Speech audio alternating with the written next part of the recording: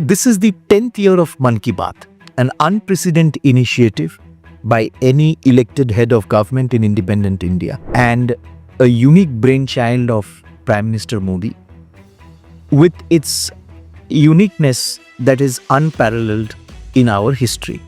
Shashi has studied that very closely.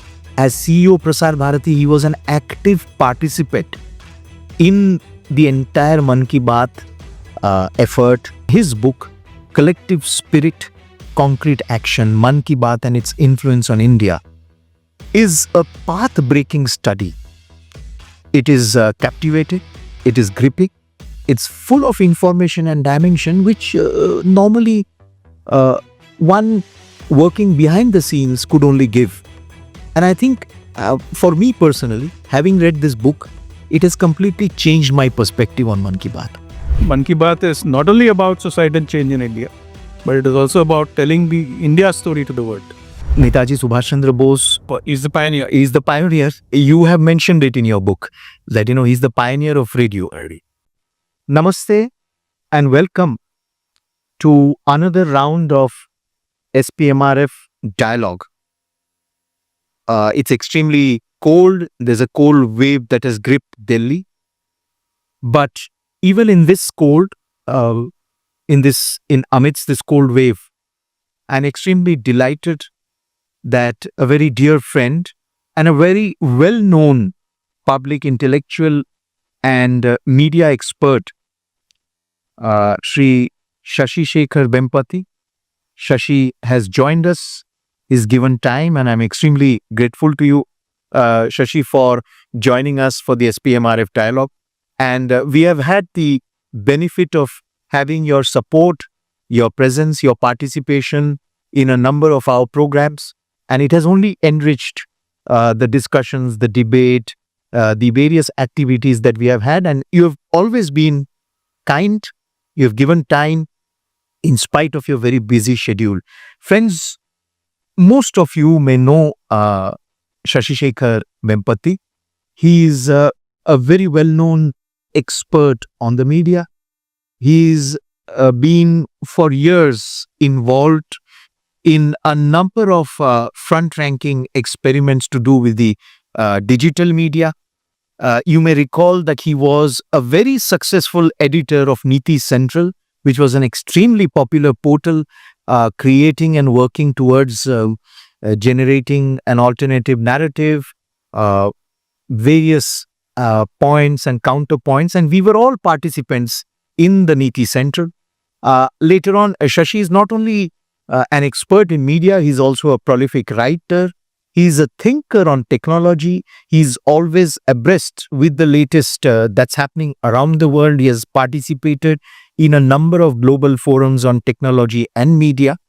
And most importantly, after 2014, as CEO of Prasar Bharati, Shashi Shekhar practically gave it a new look, gave it a new perspective, and in line with what Prime Minister Shri Narendra Modi wanted Prasar Bharati to do and to look, Shashi implemented that vision with great dexterity and with a lot of success.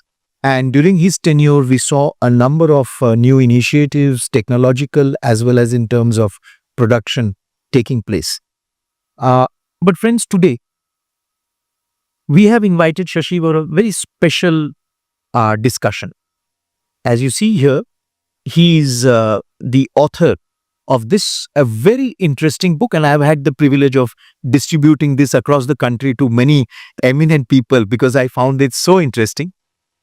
This is the 10th year of Mann Ki Baat, an unprecedented initiative by any elected head of government in independent India and a unique brainchild of Prime Minister Modi with its uniqueness that is unparalleled in our history. Shashi has studied that very closely. As CEO Prasar Bharati, he was an active participant in the entire Mann Ki Baat effort, and in that ecosystem, a very important dimension of that ecosystem. And his book, Collective Spirit, Concrete Action, Mann Ki Baat and its Influence on India, is a path-breaking study. It is captivating, it is gripping, it's full of information and dimension which normally one working behind the scenes could only give. And I think for me personally, having read this book, it has completely changed my perspective on Mann Ki Baat. And this is what I feel, this is what is required for us.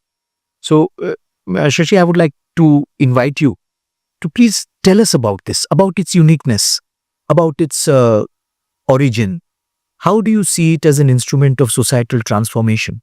And 10 years to sustain it for 10 years, and each month it doesn't get stale. It only gets interesting and new.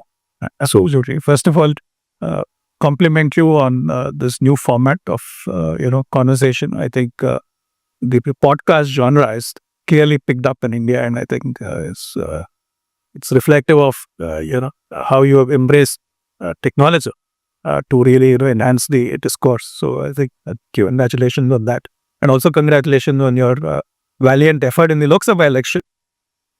It's the first time we met after that. Yes, yes. True. So coming to the book and Mann Ki Baat, you said that it is unprecedented in our history. Let me tell you, it is unprecedented even in the global history.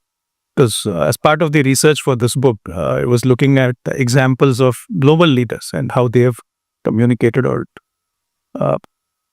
everyone knows about the fireside chats, so-called, of exactly it. But that is a different era, different format. The US president does a weekly radio broadcast on Saturdays. But they are not like Mann Ki Baat. They are the political speech. And there's a political response from the other side as well. Right? So it's a political discourse. So it's anything like Mann Ki Baat. Then you have some of these communist dictators who have the entire media to themselves, and they go on talking about themselves. So Hugo Chavez apparently used to do a TV broadcast which would go on for hours. So it's more of self-aggrandized propaganda. What is unique about Mann Ki Baat is that it is apolitical, so very different in that sense.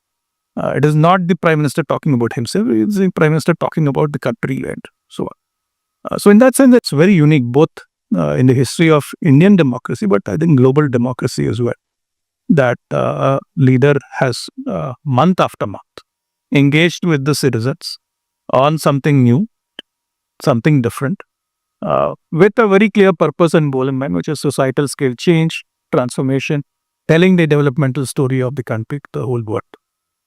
And as you pointed out, so Mann Ki Baat, this book was written when Mann Ki Baat crossed the 100, so it's much sad.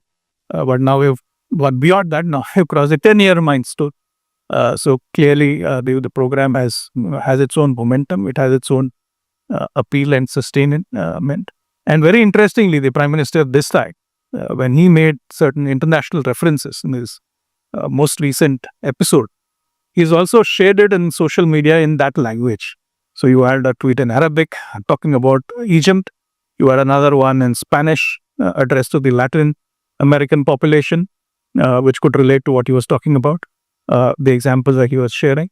So clearly in his mind, Mann Ki Baat is not only about societal change in India, but it is also about telling the India story to the world, because now that time has come.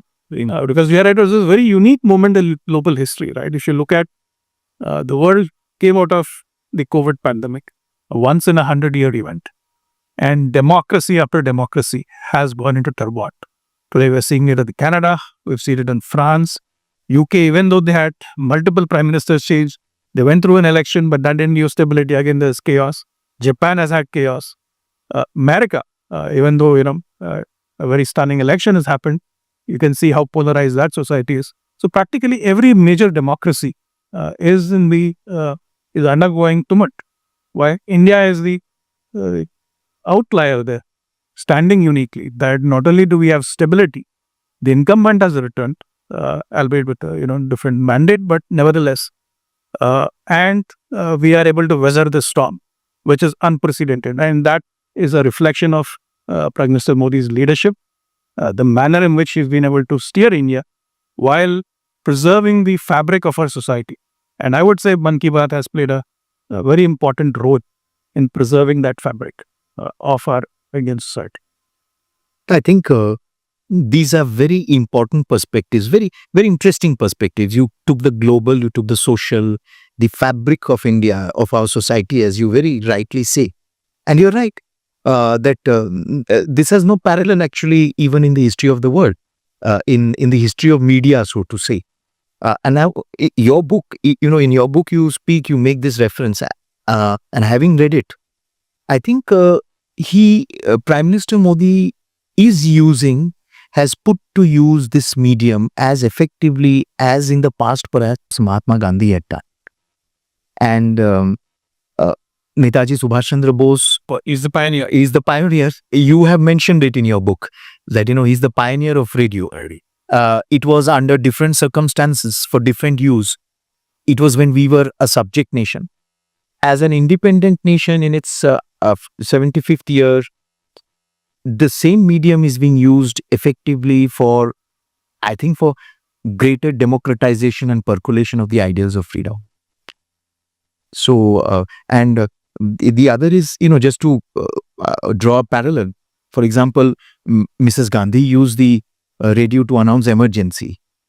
Jawaharlal Nehru used the radio to, say that his heart goes out to the people of Assam, forsaking them.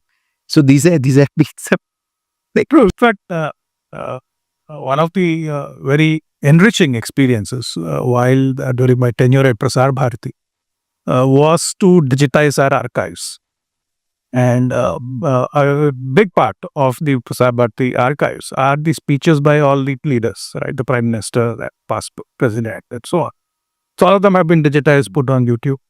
And being a history buff, it was always interesting for me to listen to some of these speeches, and you see the how the perspective changed. Right. So, for example, we found 3 of Nehru's television interviews. So it is also video of Nehru, Prime Minister Nehru speaking, and you see how over the years he had become cynical. It's very evident. In fact, his last television interview is almost tells you how cynical he had become by then. So this is clearly, a regression that is visible. You see a similar pattern with Mrs. Gandhi's speech of that her initial speeches are of a different tenor, and in fact, she used to end her speeches with Bharat Mata Ki Jai. Can you believe a Congress leader saying Bharat Mata Ki Jai? That is Indira Gandhi. She did that in the 1960s. And then you see her speeches towards the after emergency, late 70s, early 80s. She is very irritable. She is not focused. She is rambling. Clear regression. I think what you see different, I think that is where Mann Ki Baat really fantastic, is that the positivity very interesting has not been compromised even one bit at all. It is very clear that this is about positive. It is not about misery. It is not about conflict. It is not about anger. In fact, anger as an emotion comes only once in the entire 100 episodes that I preached.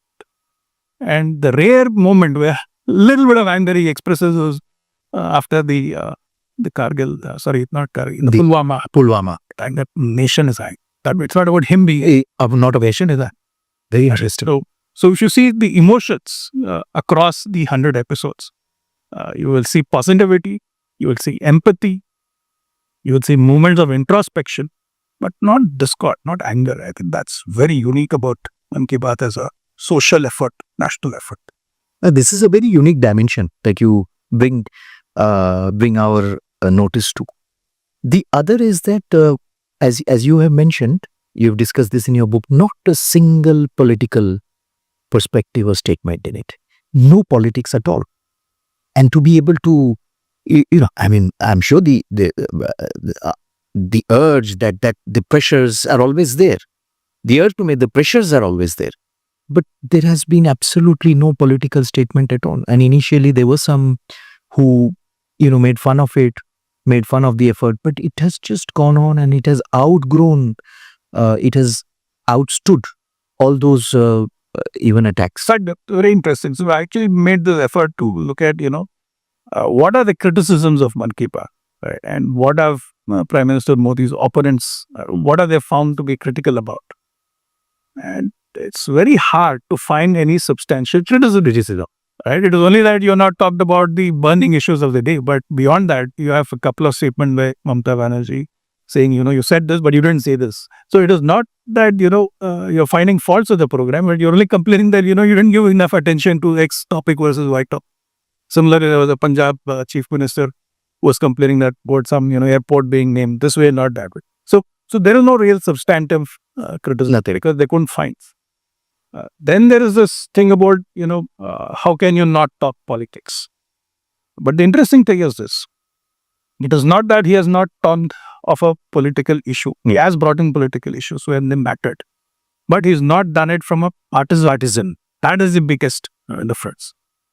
So, for example, the land acquisition bill or the farm bills, most contentious issues. And both of them, in fact, if you look at his entire span of the first two terms, when he's had to take a step back, it is first on the land acquisition bill and second was on the farms.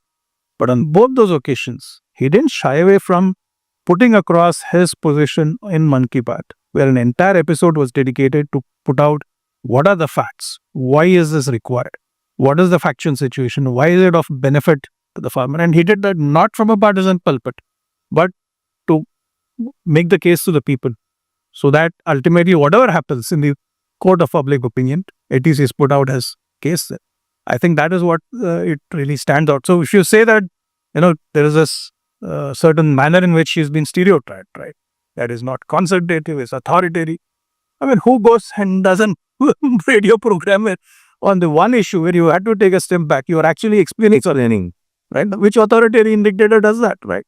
So it's a complete contrast between the negative stereotypes that have been crafted around Mr. Modi's persona in the Indian media and, of course, more so in the global media, versus the reality of Mann Ki Baat. I think that has completely been missed out by people who have characterized him in a certain manner. The other thing is, which you have also brought out very lucidly, is the sheer volume of, the percolation of Mann Ki Baat at the grassroots. In the sense is the kind of people that he has engaged with, the kind of achievers that he has engaged with. And he has continuously focused on this, you say, positive, the positives and positive achievers. So starting from someone who drives an auto or a rickshaw, to someone who spent an entire lifetime collecting, saving his own money to create an hospital for the underprivileged, to people who are working right at the back of the beyond in trying to bring about a positive change, from agriculture to education to the differently able to scholars to percolation of Indian culture and civilization globally. I mean, if one looks at it, the sheer scale is mind-boggling. It is fascinating that such a variety has been continuously reflected for the last decade through Mann Ki Baat. And I think this goes to 2-3 things, right? One is, of course, his conviction, the belief that grassroots change has to become a mass movement. You have to celebrate these change makers, from the grassroots. So that is one confusion. Second is his use of technology for consultative process. Right? Yes. It started with the 2013 election campaign, I recall, when we did a lot of crowdsourcing. Then MyGov happened after he became Prime Minister.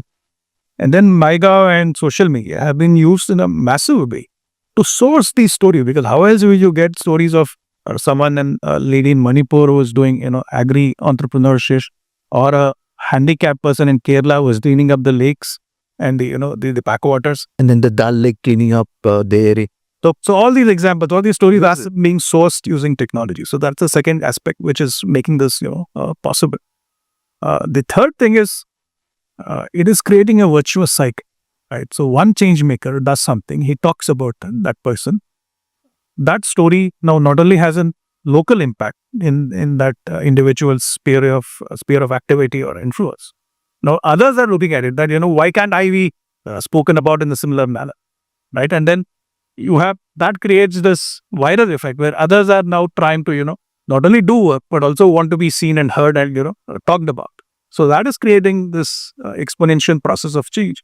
And I've had multiple people come to me and mention that, we've done this lake project here. Can Modi ji talk about it in Mann Ki Baat somehow? Or, we've done this interesting project to popularize mathematics with children. So various things. So people now have that urge to not only do something positive, but want to share it on this national platform. So he's created that virtuous cycle. I think it's very important to make it a self-sustaining narrative of positivity across the country. And it's all involving the ordinary India. And I think that is what, as you say, that it has a ripple effect of positivity. And the entire Mann Ki Baat is focused on the ordinary India. Ordinary Indian wanting to do or doing extraordinary things. Absolutely. And many of them have actually now made it a mass movement, right? If you look at blogging, what is that? Blogging. Or this gentleman who's cleaning up the Char Dham Yatra roads and the hills. So there are several of these examples where these have become independent movements on their own right. And I think that's very visible with what Mann Ki Baat has done. The other thing that I'm noticing, and this emerged from the research into the book as well, that a large number of academic studies have now been done on Mann Ki Baat. So the number of peer-reviewed journal papers published, which are actually discussed, runs into the thousands. And they're looking at, impact of Mann Ki Baat on agri entrepreneurship in a certain area. This is a very interesting point. So you mean to say so many research paper? Please continue. Yes. So that is one example. Another research paper looked at, positivity, how leadership communication can infuse positivity, what kind of language needs to be used, what the idioms, metaphors. So all of this has become a study of that. But the most interesting thing to me, which is also what you pointed out earlier on, is on technology and how the Mann Ki Baat corpus has actually laid the seeds of the AI indigenous language models for India, because the Mann Ki Baat corpus, he delivers it in Hindi. It is translated in English and 20 other Indian languages. So you have a very credible, authenticated corpus of content available in multiple languages to train the algorithms. So some of the initial work at IIT Kanpur, IIIT Hyderabad happened using the Mann Ki Baat corpus, which has now resulted in these indigenous models and Ashini effort, and which finally in the 2024 elections, he used it for delivering his speeches as much as Indian languages. So in a sense, this has inspired multiple efforts. I like a sentence in your, there are many such sentences, some passages that I have marked, and the way you have actually, you speak about Khadi's soft power, you speak about diaspora diplomacy, then the healing power of Ayurveda. You have actually, and that's why, you have an entire chapter on hard and soft power.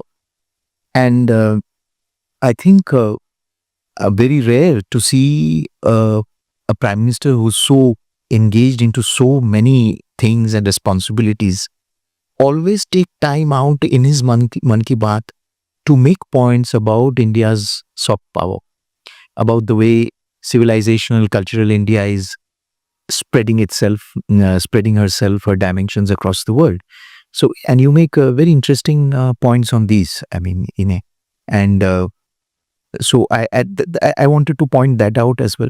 And then here you also bring in absolutely the brass tacks on the grassroots. When you especially speak of power of New India, here you speak about Shahidul Lashkar from West Bengal.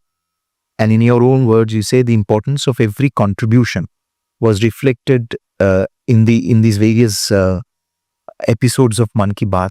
Every such important contribution. Who built a hospital for the underprivileged in Assam.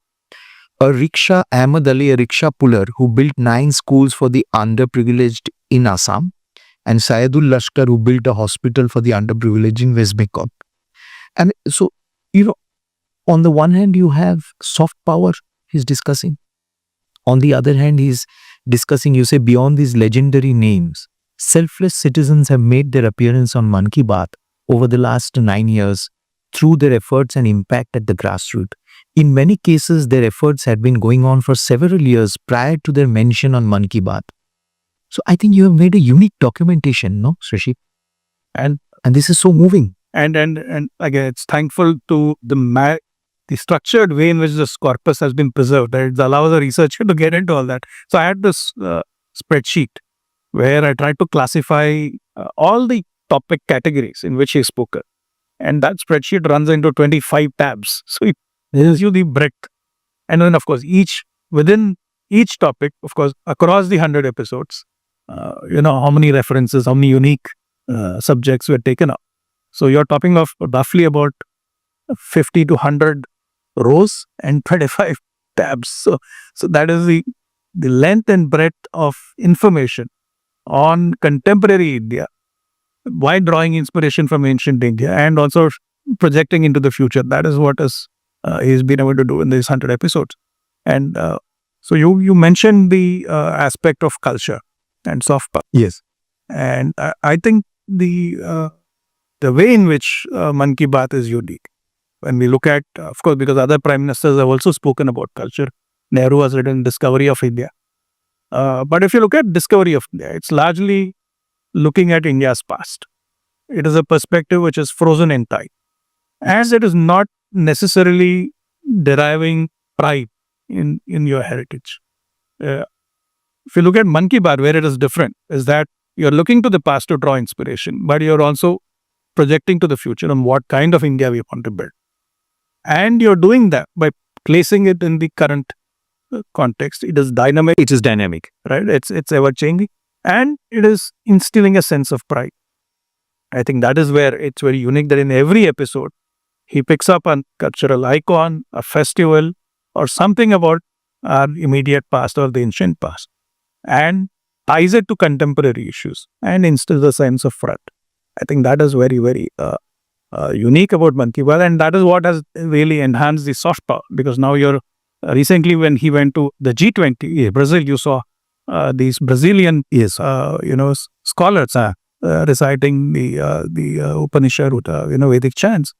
And these are the kinds of examples that he's picked up over the years in Mann Ki Baat, which is now you're seeing that now people are far more proud about presenting it and not feeling shy, because earlier in the past you would hide some of these things. Now people are openly sharing that this is what they are involved with, this is how they're celebrating Indian culture across the world, because he's been able to put the spotlight on it. Another very interesting point you make, perspective of equity, social justice.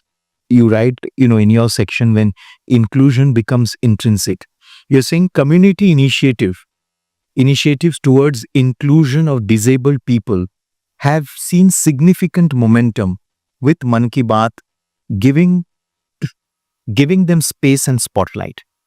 In fact, the program has emerged, and this is a very important observation you make. In fact, the program has emerged as a comprehensive encyclopedia of sorts, documenting community-led change efforts across India, from remote tribal hamlets to residential association in mega cities. And then you give examples of. So, this is. But that's perhaps the unintended effect of Mann Ki Baat, that now you have this corpus of exactly who's done what in different parts of India. And typically, if you see in the past, right, this space was largely owned by the NGO ecosystem, which are driven by certain international causes, right, be it climate change, be it whatever, hunger, malnutrition. So certain causes that these local NGOs with support from abroad would espouse. And largely, you would only hear stories of around that, either it would be stories of misery or stories that fit their narrative.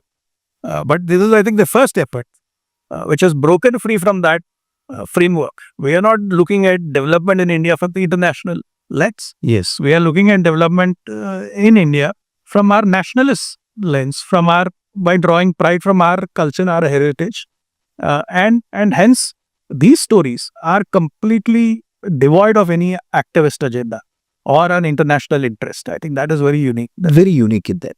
It's an interesting thing you say. You say that you are writing here that the example is the effort to make the oldest Assamese dictionary, Hemkosh, visually accessible in Braille spanning more than 10,000 pages in 15 volumes. And my point is that these are the things that he has shared and you have recorded. Otherwise, we won't even have known. We won't. And that's why when you significantly says from cradle to communities, from I to we, that is a larger impact that Mann Ki Baat has had. In fact, he speaks about one language called Randlo, which was dying. I mean, I didn't even know such a language existed. Right? So, I mean, there's a lot of learning that has happened. If you recall, Doordarshan used to have Surabhi. Yes. Program where so you would learn something about some corner of India. I think this has taken Surabhi to a much beyond a different plane altogether. Yeah, in terms of just rediscovering India from its hamlets, its neighborhoods, its community change initiatives. In Kashmir, for example, you are mentioning the Mann Ki Baat. You mentioned the word community effort. When we are talking from I to we, from cradle to community, in your this chapter, you're mentioning the Jal Thal effort in Kashmir, where unique effort to clean the lakes and ponds of Srinagar and restore their old glory. And this is something as Chief Minister he had done in Gujarat, the water table, rise of water table, then again rejuvenating the small lakes, etc. And you see that he is taking note of the same effort happening in Kashmir. He's inspiring them. I think he's connecting us in a major way through each one through his own interest can connect with Mann Ki Baat, I think. Yeah, absolutely. And I think you pointed out a very interesting thing. By picking up these stories from, let's say, Kashmir or Assam and so on, not only are you highlighting those local change initiatives, you're also getting the rest of the country connect emotionally with this. Right. I remember when we were kids in school, it was Indira Gandhi era, and you would be forced to do what is called national integration. You at 6 o'clock in the morning, you're supposed to walk around the neighborhood and sing song. I mean, it was such a sarkari enforced national integration. Absurd. Here, what he's doing is very, very natural, and in the process, you're creating curiosity about these places. Like I had visited Kashmir some few months back, and it was stunning. The way India is embracing Kashmir today. I don't think it was happening a few decades back. Practically every part of Kashmir that I went to, Indian tourists were everywhere, all over. And especially these lakes, we took the ride up Dalbe. I mean, it's just stunning, the change that has happened. And I think at below the surface level, Mann Ki Baat and his speeches have made a big difference. Because people are now curious about different parts of India, and they're saying every part of India has their own. I had one last question. I mean, I think this conversation has been extremely fascinating. And one could really go on because the way you have discussed it in this book. And I would urge everyone to get hold of your copy because this is a book which doesn't get old. In fact, you can go on adding to your app. You can bring another edition on 10 years of Mann Ki Baat. And perhaps someday we can even have a conclave on 10 years of Mann Ki Baat.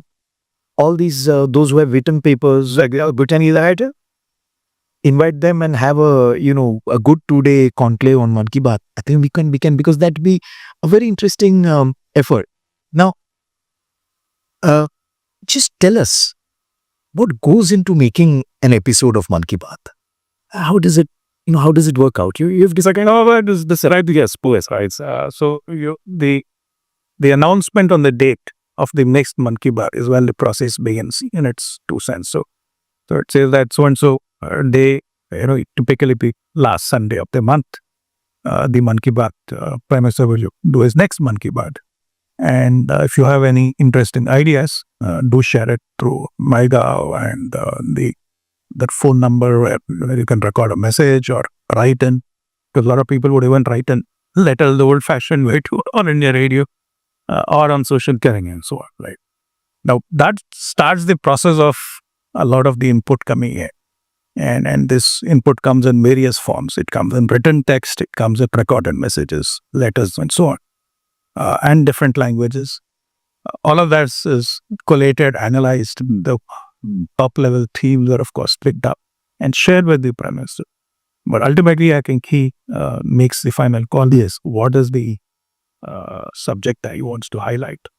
And also many a times he links it to what is coming down the road in the next month, right? Festivals, big events, national days. So he links it to those. And of course the weather, typically if it is summer, they talking about water conservation, or if it is the monsoon, uh, taking precautions and flood. And so all of that is blended in.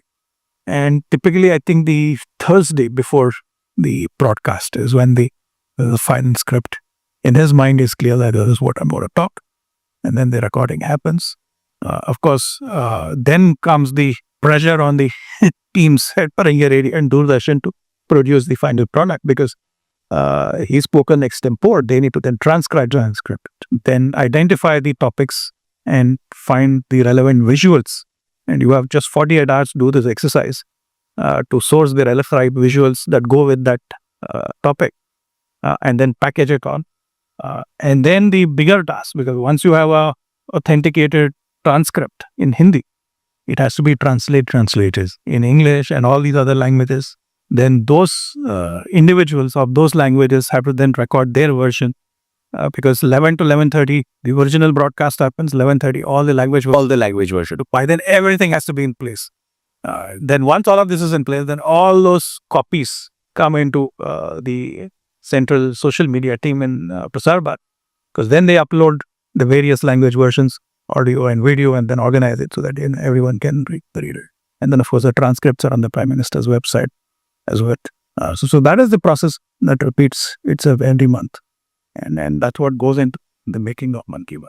And there's no fatigue, no repetition. And this is, and a lot of innovation. Yes, because he's done a conversation with Obama. He's done conversation with, iconic people like Lata Mangeshkar and so on. He's had, during COVID, he had conversations with nurses, first responders. yes. So there's been a lot of innovation within the format itself. And throughout that period, he continued and gave a lot of mental support. Absolute to the role of, in fact, there are these moments where you could actually verify and measure, put a quantifiable measure to the impact. Right? If you recall, he had this call to everyone saying that today, let us, from this time to this time in the night, let us turn off the lights and light lamps. Yes. And when that moment happened, we could actually see in the television audience measurement system how the viewership fell down for those 5 minutes or 2 minutes. And then when the time period ended, the viewership picked up. So that is a measurable time impact of his call to action. Thank you very much, Shashi, for this very wonderful, thought-provoking and inspiring discussion on 10 years of Mann Ki Baat, a decade of Mann Ki Baat. And as I said, there are many sentences that I liked, passages from your book. There's one particularly where you were writing, central to PM Modi's efforts to weave a national thread and bring together the diversity of states in India has been his formulation of Ek Bharat, Shreshth Bharat. I think this Ek Bharat, Shreshth Bharat is reflected through all the episodes of Mann Ki Baat. And I think that's the thread, that's the leitmotif, that's the core, that's the essence of what he is trying to weave through this effort. And as someone who's been very closely associated with the effort, as someone who has studied it and brought it forward to us in a very interesting manner, I thank you very much for giving time off. And I wish that many more people, listeners of Mann Ki Baat, engage with your book, engage with Mann Ki Baat. Because more importantly, engage with Mann Ki Baat. Yes, I mean, because this is not something which is just a once a month exercise. It's something which is once a month, which leaves a continuous impression on you throughout the days. All the more important now, as cities are just bursting across. Yes. So, we need urban renewal. Yes, I think the positive initiative of Mann Ki Baat have to be taken forward. Thank you very much. Thank you. And we look forward to having you again. And perhaps the idea of the conclave, we can, I think, work on that next. Thank you very much, Shashi. Thank you. So we look forward to the next time we meet. And till then, let us celebrate 10 years of Mann Ki Baat. Let us contemplate, reflect, and let us be active participants in this transformation that is being brought out by the effort. Thank you so much. मेरे प्यारे देशवासियों,